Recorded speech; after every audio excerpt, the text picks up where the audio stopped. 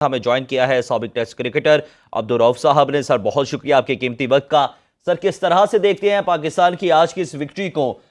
एक team unit नजर आया, टीम एफर्ट नजर आई। स्पेशली अगर मोहम्मद रिजवान की बात करें तो एक कैप्टनसी में जो एक गैप नजर आ रहा था, आज वो गैप भी फिल होता हुआ नजर आया। और बिलखसूस जो 6 कैचेस लिए मोहम्मद रिजवान ने, वो एक बहुत बड़ी बात थी। और आज पाकिस्तान ने इस तारीखी फतह को अपने नाम किया है। आप किस तरह से देखते हैं इस विक्ट्री को?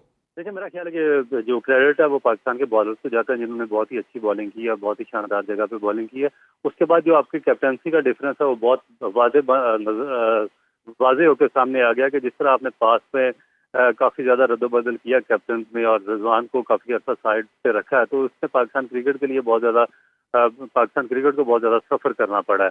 तो मेरा ख्याल है कि जो राइट चॉइस होती है उसको अगर जितनी जल्दी आप उसका राइट दे दें तो उतना ही ज्यादा बेहतर होता है।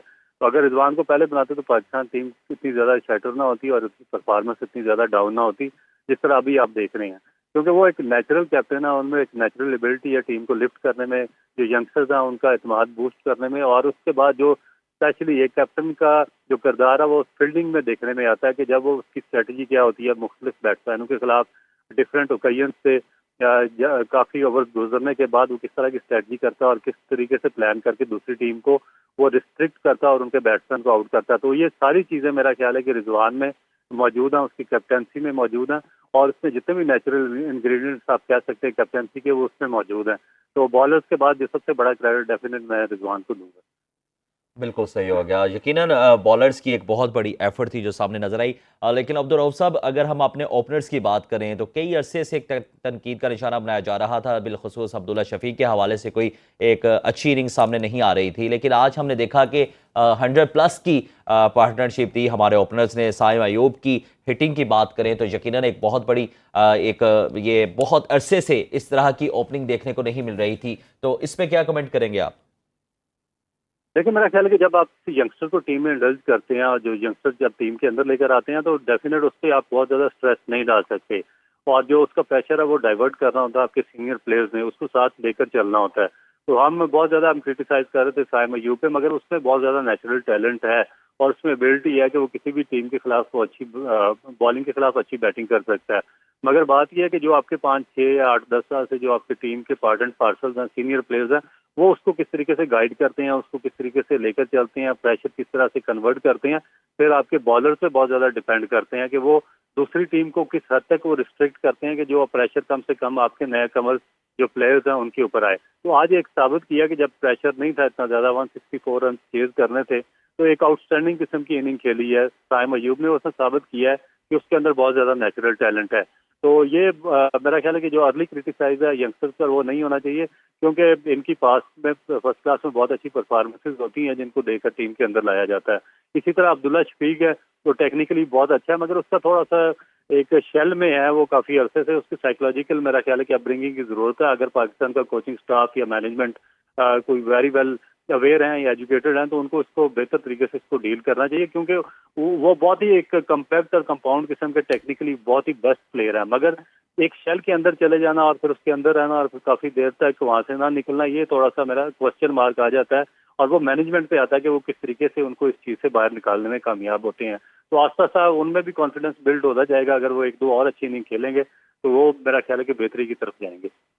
बिल्कुल सही हो गया। अब यकीनन कोचेज़ की ज़िम्मेदारी बनती है कि अगर कोई हमारा प्लेयर प्रेशर में है तो उसकी काउंसलिंग की जाए और उसका प्रेशर रिलीज़ किया जाए। अब्दुल रऊफ साहब, ये भी बताइएगा कि अब तीसरा मैच जो है वो पर्थ में खेला जाएगा। और पर्थ का हमने अगर ट्रैक रिकॉर्ड की बात करें तो जो भी वहाँ पर मेहमान टीम बनती है उसके लिए काफ़ी हर्डल्स होती हैं, मुश्किलात का सामना होता है। तो क्या समझते हैं, क्या सजेस्ट करेंगे पाकिस्तानी टीम को, क्या स्ट्रेटजी होनी चाहिए अपने फाइनल मैच के लिए, सीरीज़ को अपने नाम करने के लिए? उसकी पिच है वो बहुत ज्यादा डोमिनेट करते हैं वहाँ पे फास्ट बॉलर, और फास्ट बॉलर के लिए बहुत ज्यादा सूटेबल पिच होती है, उसमें बाउंस भी होता है, उसमें स्पीन भी होता है बॉल। तो मेरा ख्याल है कि ये जो पर्थ की पिच है उस पर पाकिस्तानी बॉलर को बहुत ज्यादा एडवांटेज होगा, और स्पेशली उस सिचुएशन में जब आपको पता है कि जो 5 6 जो मेजर प्लेयर्स हैं ऑस्ट्रेलिया के, वो उस मैच में नहीं खेल रहे होंगे क्योंकि उन्होंने इंडिया के खिलाफ टेस्ट सीरीज की तैयारी के लिए जाना है, उनको रिलीज करना है।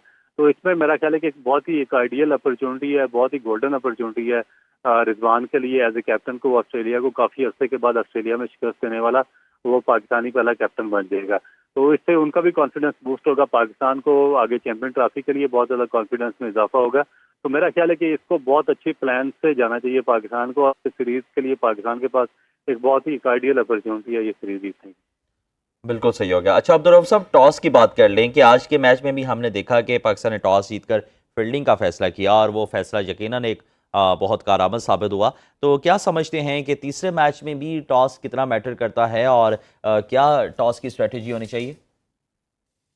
देखिए, क्योंकि पाकिस्तान ने बहुत एक कम्प्रीहेंसिव विक्ट्री ली है इस मैच में, तो मेरा नहीं ख्याल कि पाकिस्तान किसी चेंज पे जाएगा। अगर पाकिस्तान टॉस जीता तो डेफिनेट पहले बॉलिंग पे जाएगा और ऑस्ट्रेलिया को रिस्ट्रिक्ट करने की कोशिश करेगा, क्योंकि जितने कम स्कोर पे आप 200 से कम रन पे आप उनको रिस्ट्रिक्ट करेंगे, इतना ज्यादा कम प्रेशर आपके बैट्समैनों पे आएगा, और जितना ज्यादा कम प्रेशर आपके बैट्समैन पे आएगा इतनी ज्यादा उनकी परफॉर्मेंस बेहतर होगी। क्योंकि अगर आप थोड़ा सा उन पे प्रेशर ज्यादा डेवलप कर देंगे तो फिर अगर एक या दो विकेटें अर्ली ऑन दूसरी टीम को मिल जाती हैं तो वो आपकी एवरेज ऊपर चली जाती है, और इन कंडीशंस में बड़ा मुश्किल हो जाता है बैट्समैन के लिए सर्वाइव भी करना और रन भी करना।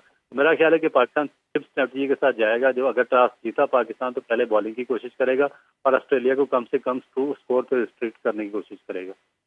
बिल्कुल सही हो गया। अच्छा अब्दुल रऊफ साहब, अगर बात करें बैटिंग की या बॉलिंग की, उसमें तो आउटस्टैंडिंग परफॉर्मेंस नजर आई, लेकिन फील्डिंग की बात करें तो कहीं ना कहीं आज भी कैचेस ड्रॉप होते हुए नजर आए, और बिलखसूस मोहम्मद रिजवान अगर आज एक और कैच अपने हाथों में ले लेते तो यकीनन आज उनका एक वर्ल्ड रिकॉर्ड सामने आता, 7 कैचेस लेने वाले विकेट कीपर बन जाते। तो ये जो एक डेफिशिएंसी फील्डिंग के पॉइंट ऑफ व्यू से सामने आ रही है, इसको किस तरह से ओवरकम किया जा सकता है?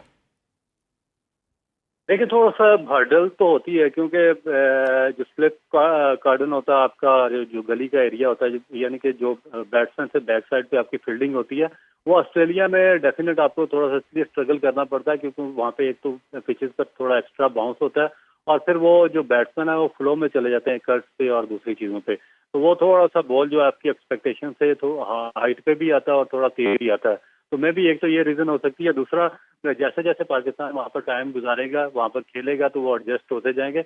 मेरा ख्याल है कि जो लास्ट वनडे था उसमें से उससे काफ़ी ज़्यादा बेहतर जो पाकिस्तान की फील्डिंग की परफॉर्मेंस है वो इस मैच में देखने में आई है। तो मेरा ख्याल है कि तीसरे वनडे में पाकिस्तान और इम्प्रूव करेगा, और स्पेशली रिजवान को बहुत ज़्यादा क्रेडिट जाता है कि जिन्होंने 6 कैचेस पकड़ कर ये वर्ल्ड रिकॉर्ड इसको बराबर किया, और अगर ये दूसरा कैच भी ना छोड़ते तो वो वर्ल्ड रिकॉर्ड कायम चुके होते। तो मेरा ख्याल है कि थोड़ी सी बेहतरी तो डेफिनेट है पाकिस्तान की फील्डिंग की जाने।